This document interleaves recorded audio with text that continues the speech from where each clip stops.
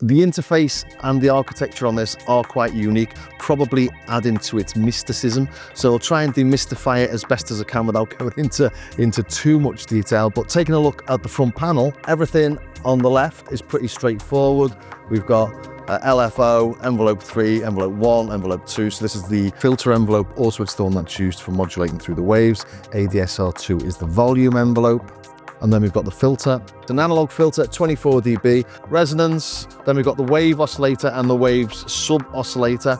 I'll explain a little bit about what the sub-oscillator and the wave oscillator are in a minute, but these are the way that you modulate or you control which of the waves in the waveforms you're using. And then we've got the envelope amount controls here. We've also got group A and group B. Each of the tones has got 2 patches in it effectively, and this determines which ones you're editing on the front panel. So now we're editing 1 or A, editing B, and now you're editing both.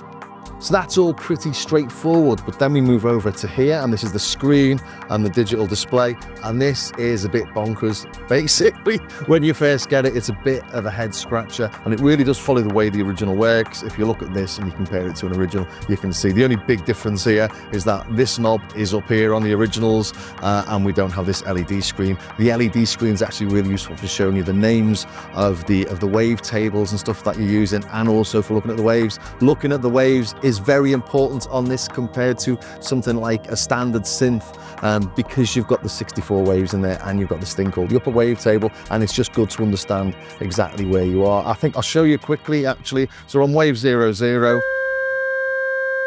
modulating through that wave with this knob here, we can see where we are on that wave. But there is something called the upper wavetable, which we can move through. In fact, I'll explain it now. If we go to the digital menu, the first parameter after the program number is UW, and that's the upper wave, currently set to mode 2, not the upper wavetable. That's a different thing. And we've got 3 menu items on this, and this is where it gets a little bit cryptic, a little bit mystic. You do have to know what 0, 1 and 2 do. They're menu items. It's not just an increase in value. So if we go to menu item 0, for example, we modulate through the wave. We've got a sawtooth, a square, a pulse, and a triangle at the end there. If we're on selection 2, we don't get them. So go back to naught again. On all the original PPG wavetables, the final 4 were a triangle, a pulse, a square, and a sawtooth, which you can't access unless you're in UW0. If you're in UW2, it ignores them. And also on UW0, we've got this thing called, I was going to explain about this one, it's talking about oscillators, but I might as well do it now, is we've got a second wavetable that each of them can access through modulation. So wavetable, I think it's wavetable 30 on this, is called the upper wavetable. So that's why there's a confusion between the upper wave and the upper wavetable. We've got the upper wave, we've got the subwave. Now you can see why it gets a little bit complex. The subwave's not actually a sub-oscillator, it's the second oscillator. But if we modulate now using this, so we've got the sawtooth here, we can modulate past the sawtooth, and we're now into this. We're now modulating through the upper wavetable. To try and explain that a little bit better, if I go into program and I go into the wave, and let's take this down to there, and I change the wave, you can hit this, and then we can edit like this. You can hear I'm going through the different wavetables, but for modulate that one wavetable up into wavetable 2 using this, or the upper wavetable, but as I load different wavetables, it doesn't change because they're all accessing the same one. So when I say it's cryptic, it is a little bit weird. When I say the synth architecture is strange, it is a little bit strange. So just to go back to the menu then, go into program, we've got the program number, we've got the firmware version, we've got the 3 enhanced modes, aftertouch and other bits and bobs. If we press that again, we get into some of the tone parameters. Again, program number, the bank number. We've got 2 banks of 100 presets each. And the original only had 100, but it would be nice to have a few more actually. Then we've got the wave number. And to flick through the menu system, you use these buttons here. And you do find yourself doing an awful lot of this. In fact, you feel a little bit like an innie working at Lumen at times. So DTF, for example, this is how you save a patch. If you press 9, we're now in save mode, digital transfer file or something like that it's called. So mode 9 is transferring the digital memory into the patch. If we go into patch 84, for example, so come back to the patch, we'll say, I want to save that to 89. Do you want to save it or not? No, I don't. Well, yeah, if you don't know what DTF is, you're not going to be able to save a patch. Carrying on down to here, we've got the split point and we've got the keyboard modes. There's about, I think there's 9 different keyboard modes. You can have it split, you can have 2 voice quads in there, all using group A and group B, and they all come out the separate outputs. Coming out the separate outputs, you're not sure which output it's going to come from. It seems like it's a bit random and a bit of luck, but once you've saved the patch, it always comes out of the same output. So I think actually if I show this in bank 003, so split, that was what I used for the intro track. And for some reason, the bass is coming out of voices 2 and 4 and the rest are coming out of the others. And sysx modes and local on or off. Again, local off, local on. And then we come to the next menu items, and this is digital, and this is essentially the modulation section. We've looked at it before with the UW0. We've got SW2 at the minute. So that's the subwave, which is effectively oscillator 2, and that's on mode 2 at the minute. And this is where you need the manual. It comes with a hard copy, not of the full manual, but of the startup guide. It's actually got a really good manual online. It's actually the best manual I've seen from Behringer. But yeah, you need this to understand where you are with everything. So the subwave, at 2, it means it swaps envelope 1 for envelope 3. So if you're going to modulate through the envelopes, it's using envelope 3 rather than envelope 1 at the minute. If we go to 3, that'll turn it off. In fact, if I just go back to my sort of standard patch, as it were, and that was program 84 in bank 1. So if we go to the digital menu, we can see that SW is on 3, so it's off. You can put it on. So you can hear it's on and it's using this envelope.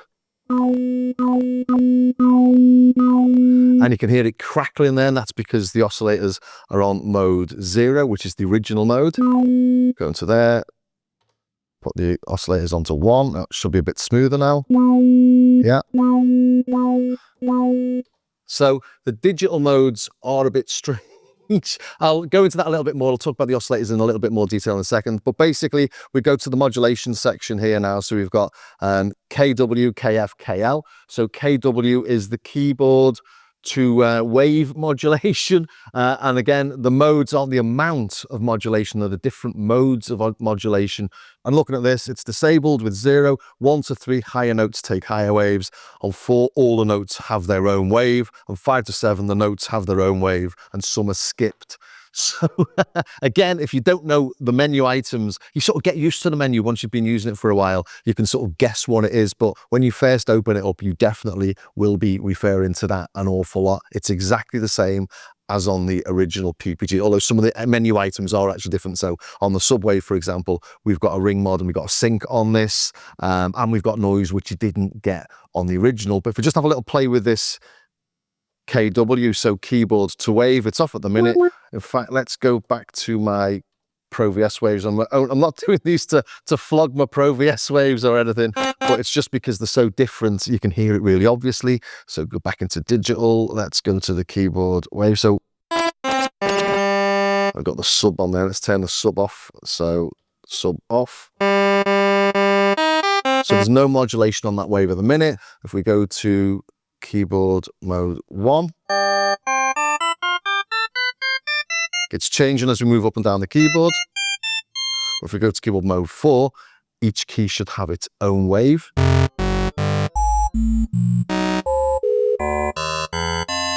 That was keyboard to wavetable. Let's take that off. Let's go mod wheel to wavetable. So mod wheel to waves. Let's put that on.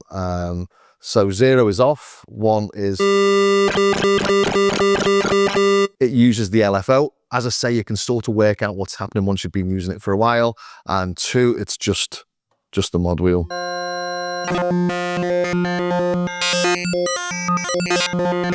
So you can sort of work out what's happening. We've got keyboards, we've got modulation wheel, we've got the aftertouch. It does have aftertouch, and we've got velocity in there as well. If we go into the tuning menu next, we've got a similar sort of madness. The detune is for detuning the sub oscillator or oscillator 2. So if I come back to my original patch again, let's just go to program 84. Then we add the sub oscillator, so digital sub oscillator. Let's put it onto, what should we put it onto? 0. Now you can hear it. And then we go back into tuning. Now we can detune that, so we've got amounts of detune. So that's detuning the 2 oscillators. Maybe let's put both of them on a saw. So let's go to program, let's go to wave 6. There we go. Much more obvious now. So you can hear the detuning between the 2 waves. Then we get intervals, octaves, higher octaves. So that's 1 octave up, that's 2 octave up. This is 1 octave low, and this is 2 octaves lower.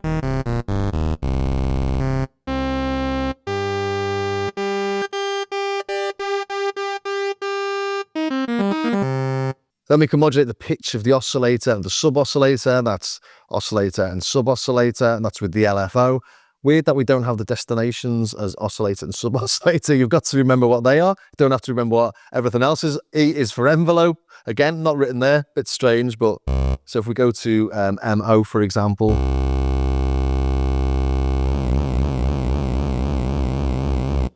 And then... No, it's either on or off. A lot to get your head around with this when you first start playing with it, and if you leave it alone for a couple of months, I imagine you're going to go straight back to the manual to figure it all out. But this bit's really cool. So this is the semitone range, or the semitone of each of the 8 voices. So if we come here and we just play some notes,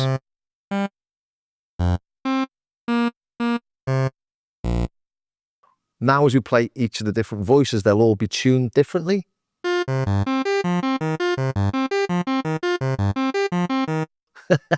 Quite funky, that, isn't it? Don't know anything else that does that. As I say, quite unique. Let's put it all back to 12, otherwise I'll really confuse myself. Is it there? There we go. The analog menu, this just reflects what we've got on the knobs. So that's the VCF emphasis, or the resonance. That's the cutoff. It's just the knob positions. But it does mean that when you open a patch, if you want to see where the knob positions were, you can see it. It's quite useful every now and then. And then finally, group. We saw this earlier, and this is where we select which group we're editing. On the bottom row here, this is for the sequencer and the arpeggiator. So shift settings. So that's the arpeggiator. Is that? All right, yeah, okay. I'll explain a little bit more about those later. But each of the characters on the mod does something different. So one will be sequencer up, one will be sequencer down. You know, you get this, you get the idea. It's all in the manual, so I won't go through absolutely everything in it, or this video will end up being about 6 hours long. Maybe just take a quick look at the wavetables. I've explained a fair amount of how they work in the first section. If you've jumped to this section, if you want to know about the modulation through the upper wavetable and stuff like that, it's all in there. So in this, I'm just going to go through basically what we've got here. We've got all these wavetables that you may well be familiar with if you've used any Waldorf kit whatsoever, because these are the same ones that are used in the Waldorfs, which were all based on the PPG, or from the PPG originally. So all those PPG tones, I'm not going to start playing through lots of presets and stuff, because it really depends on what you want to hear. But it replicates the way the PPG works. It uses the same wavetables. So if there's a sound you like in a PPG, it will be in here. I've got this on oscillator mode 1 at the minute. If I click on that, and then we can scroll through these a bit easier.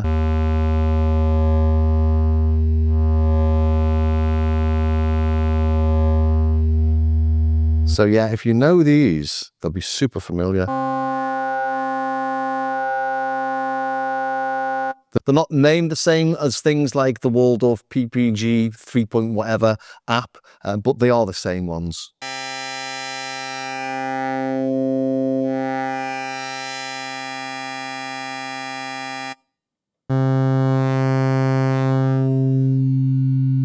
So yeah, without going through each and every one of them.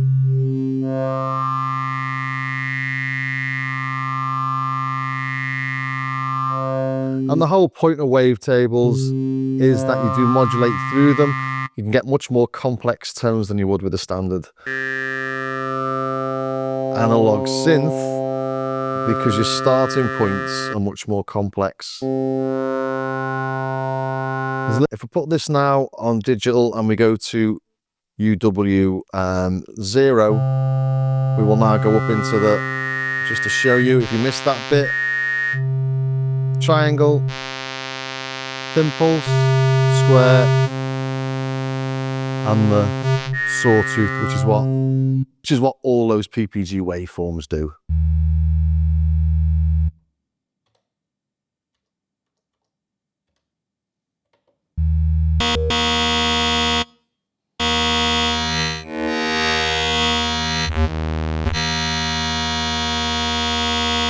Getting something like that on an analog synth wouldn't be easy. So in this, we've got, if I start scrolling through, we've got the original PPG waves. Then we get to the upper wavetable. And now we get to these transients. And a transient is effectively a sample. They were first created with the wave term for the PPG 2.3. That was the big difference between the 2.2 and the 2.3, was the 2.3 could use the wave term samples. And that's what we've got in here. And there are hundreds of these online. These three knobs do different things with the transients. This is the start of the sample. And this is the loop point. We're using 128 sample loops. So start of it. You can hear we're getting the little transient pluck. This one's called the steel guitar. And then we're losing that transient because we're changing the start point. And then we can change the loop point as well.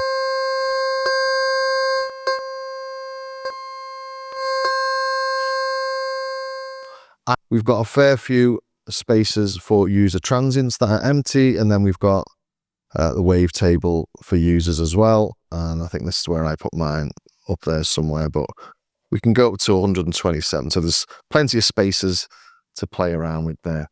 I've been having a little bit more of a play with the transients and looking at this ppgsynth.net, and there's hundreds of wave term samples in here. I think there's 400 in total. So I've been having a little play with some of these. You can download the whole lot.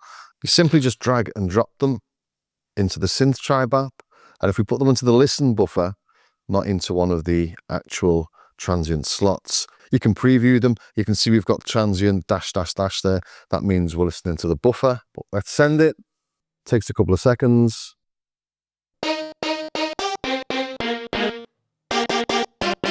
Some sort of string thing. Let's try another. Let's send it.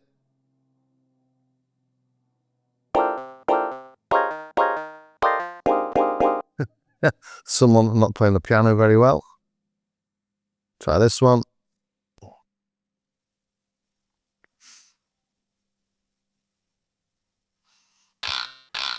Is that a guiro are they called? And you'll notice I'm keeping them all quite short here. If we extend the length of them, so increase the sustain, you get weird end points where it's looping. And that's because they are just transients, they're only short samples. So a lot of them sound strange when you've got some sustain on. Let's try another. Cathedral choir. Now, I thought this was wrong when I first did it, but that does sound like a choir, doesn't it? It's that sort of, you know, you can tell it's a sample, but if you hold it on, so you're not going to get a long choir singing, but you can do those 80s style little stabs. What else have I got in here? Let's go for, oh, I know, I've got a DX7 style bass. Make sure you get your start point right.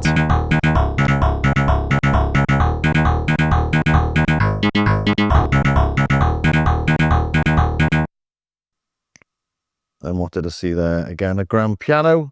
So make sure you get your start point.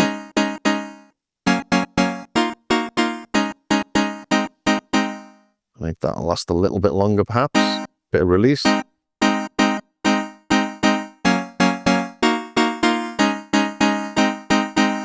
But if we hold this on, you can hear it sounds unnatural. Some tones that sounds okay. On the Rhodes, for example, I do have one in here somewhere. There we go. A Rhodes isn't going to hold on forever either, but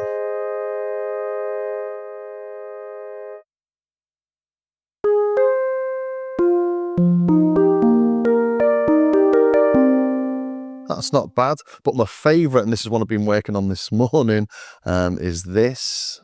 And this is the Orc 2 from the Fairlight.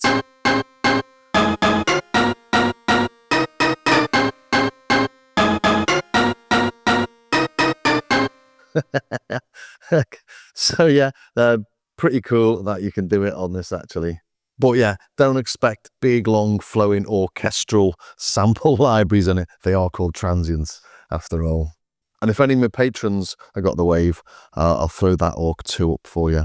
I showed the sub, the detune of the sub, but I didn't show sync or ring mod. Let's take a quick look at that. So if we come into digital, we'll put the sub on, let's put it on 0.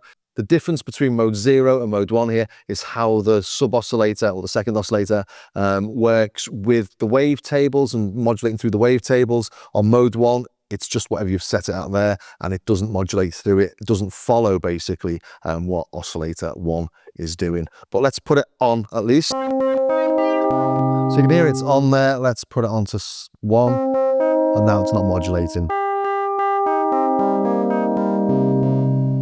So the different modes we've got in here, we do have sync. So let's go to sync. I think sync was 4, was it? We don't get huge sync tones from this, and we don't hear oscillator 2. It's the basis for the sync. So if we go into detune, we'll detune that by a couple of octaves. It's sounding much more syncy, isn't it? And then we'll modulate oscillator 1 with envelope 1. So we'll come into digital, we'll modulate, where is it, in tuning, envelope to oscillator, and that's this one here. So let's turn that on.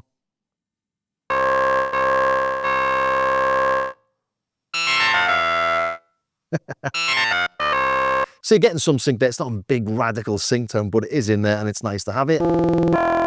Didn't get it on the original. If we come back to digital, we go to sub mode 5. This is ring mod now.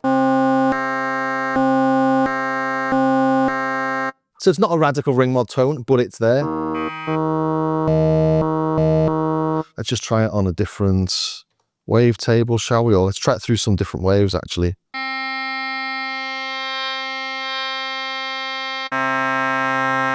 Yeah, let's try a different wavetable. Turn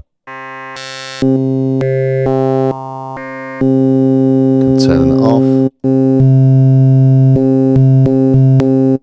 But we do have it, and we've got noise as well. If we go to digital, we go to the sub oscillators, we put on mode 6. We've got noise, and this is now the volume for the noise.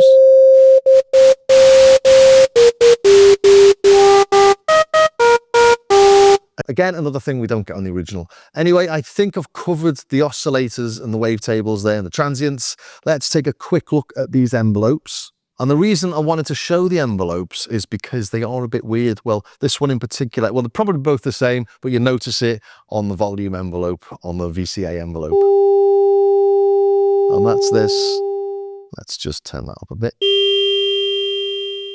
Is that it just cuts out. Now, I have actually spoken to Behringer about this. So Behringer got in touch with me via Facebook. They saw one of my posts and said, why don't you get in touch with Matteo? Matteo designed the whole thing and have a chat with him. And I have, and he's very, very knowledgeable about the whole thing. And he had the Tears for Fears original PPG 2.3 that he compared this with, and he decoded all the original code, stuff like that. He's done a really fine job on it, actually. And one of the things I did have to ask him was, is this the same as the original envelope? And apparently it is. And it just cuts out when you're on anything below about 50%. It doesn't gradually fade. It's just a weird thing. It reminds me a little bit of my Prophet 600. That does a similar sort of things, and even the Gleegly upgrade hasn't changed it. And Behringer have tried to do it on that as well, and they've done a better job than it was originally. So maybe they can do something on this. Hopefully they've got enough CPU power to get some smoother envelopes. So maybe in the, when we go into these modes here, maybe this firmware one could also change these envelopes just to be a little bit smoother. Because some things are quite good that you get on the PPG, like the imaging, but this I'm not so keen on. They're really long though. They're quite impressive. They basically stay on for almost ever.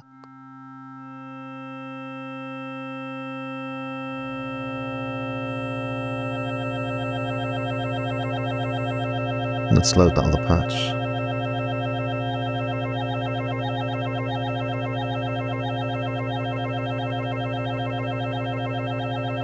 So I might as well have a hold on here at the minute.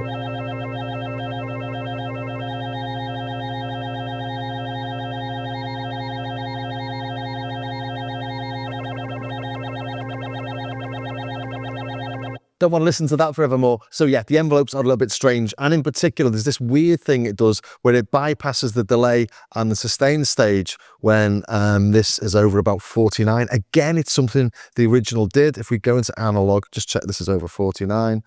There we go. So whatever's going on with these two knobs is basically completely ignored. So we won't drop down to a sustain level. It will cut out when it reaches the end of the attack phase.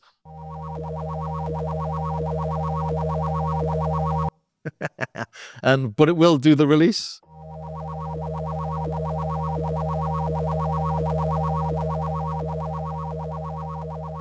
Just showing there Matteo's attention to detail, because that is that's quite impressive, really.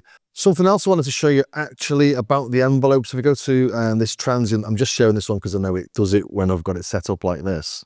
Are those little clicks? You do get them, not loads, but in certain circumstances. And again, I asked Matteo and he said that's exactly what the original does. So suggested maybe we could somehow smooth that out on some of these. You can obviously increase the attack, but then it gets a lot smoother. But he has designed that in so to make it like a PPG.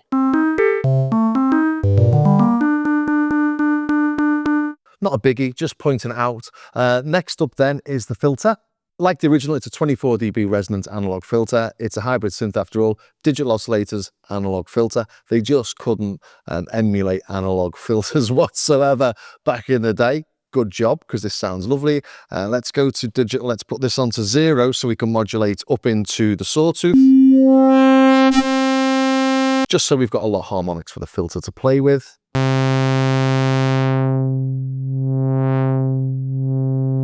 Have some resonance.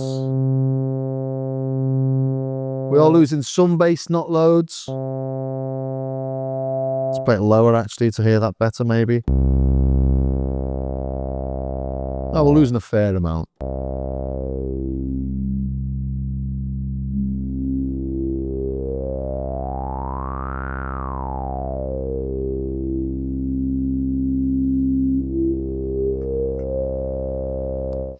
Just cutting it out because of the copyright bots.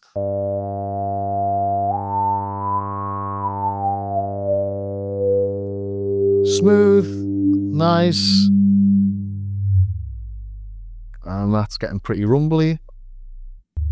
Turn it up now, so just do watch your ears.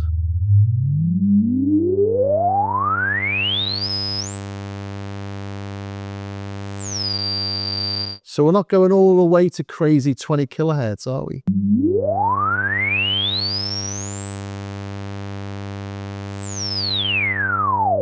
Didn't have to watch your ears after all.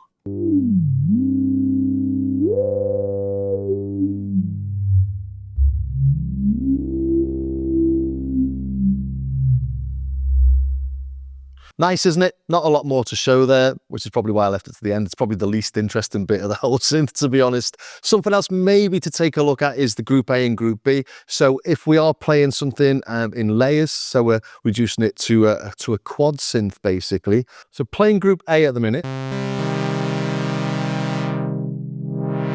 Group B. Now we're still on Group B. But to play them both, we'll go into quad mode. So keyboard on 1. We can hear them both. Or if we want to change the volume between them, so let's turn A down. So we'll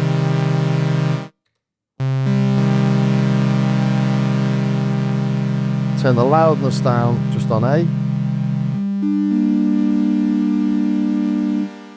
So now we're only modulating or we're only controlling A, so only A has the release turned up. If we wanted to modulate or control both of those,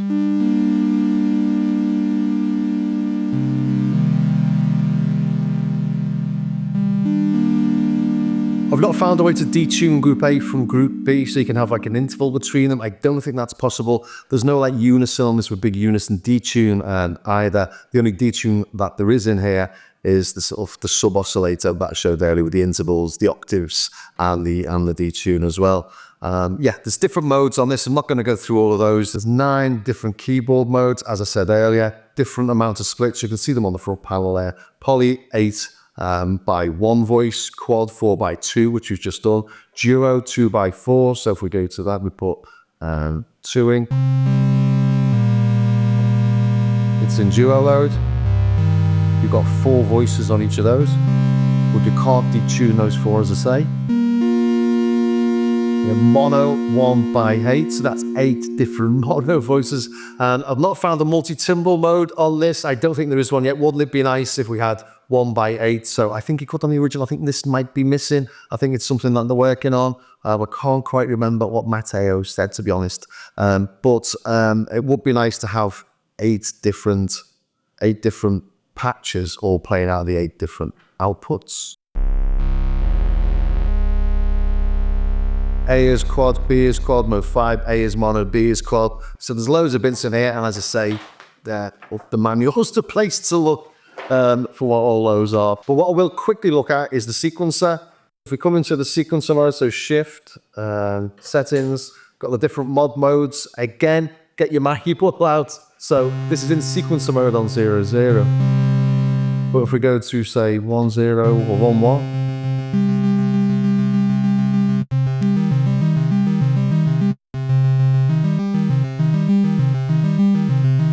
so this is the way it's playing it, up, down, random and the like. And then if we go to 2-1, for example, 2-1 dips, 3-1. Or you can't go to 3-1. It's where it should really get the manual out. Clock, whether it's internal or synced. The gate is the gate length.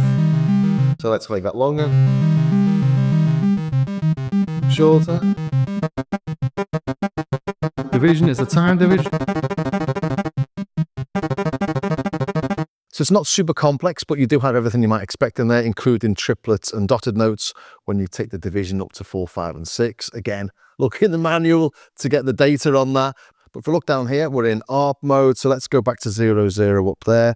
And now we're in sequence mode. And this is a little bit more complex. We've got a metronome, we've got an overdub mode, and we can play it step play or we can play along to the metronome. And we can have up to 8 notes per step. So if we take the metronome off for now, put that on 0, and we'll just press record, and we can... There we go, that will play. Let's go and change that division, make it a bit quicker. Okay. This OVP mode here, each of these digits do something different. The 1, the first digit indicates if we're going to overdub or we're going to write over. And the second digit indicates if we're going to transpose the sequencer. So if we play it, we're transposing. Or if we go to 1, 1, 1. Just playing over it. Stop it. So it's a useful little sequencer. I've not dug into it that much, to be honest. You can probably tell. I've been concentrating since I got it on the sounds, how we create those sounds and what you can do with those tones. So overall, I think I've got to the end of what I wanted to show you today.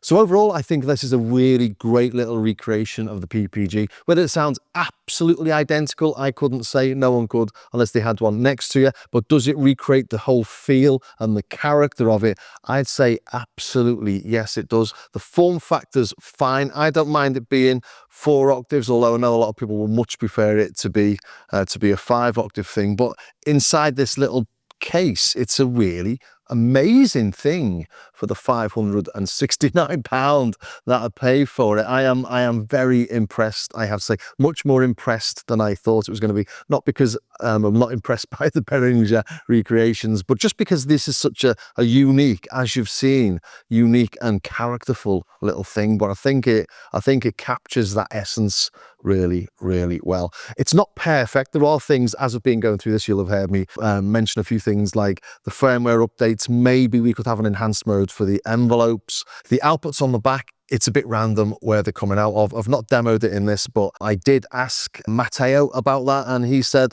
he's just done whatever Wolfgang Palm did on the original. Maybe it's never going to be an issue for anyone whatsoever. Hardware-wise, it feels fine. It does feel like you're using a 1980s interface. The buttons all feel great. You know, no issues there. You do end up doing this an awful lot. You do feel like a data inputter at times, but that's the 80s interface. They could perhaps, I suppose, have made the same tones, but changed the interface. The third wave does that. The third waves are much easier to get to grips with without having the manual in front of you.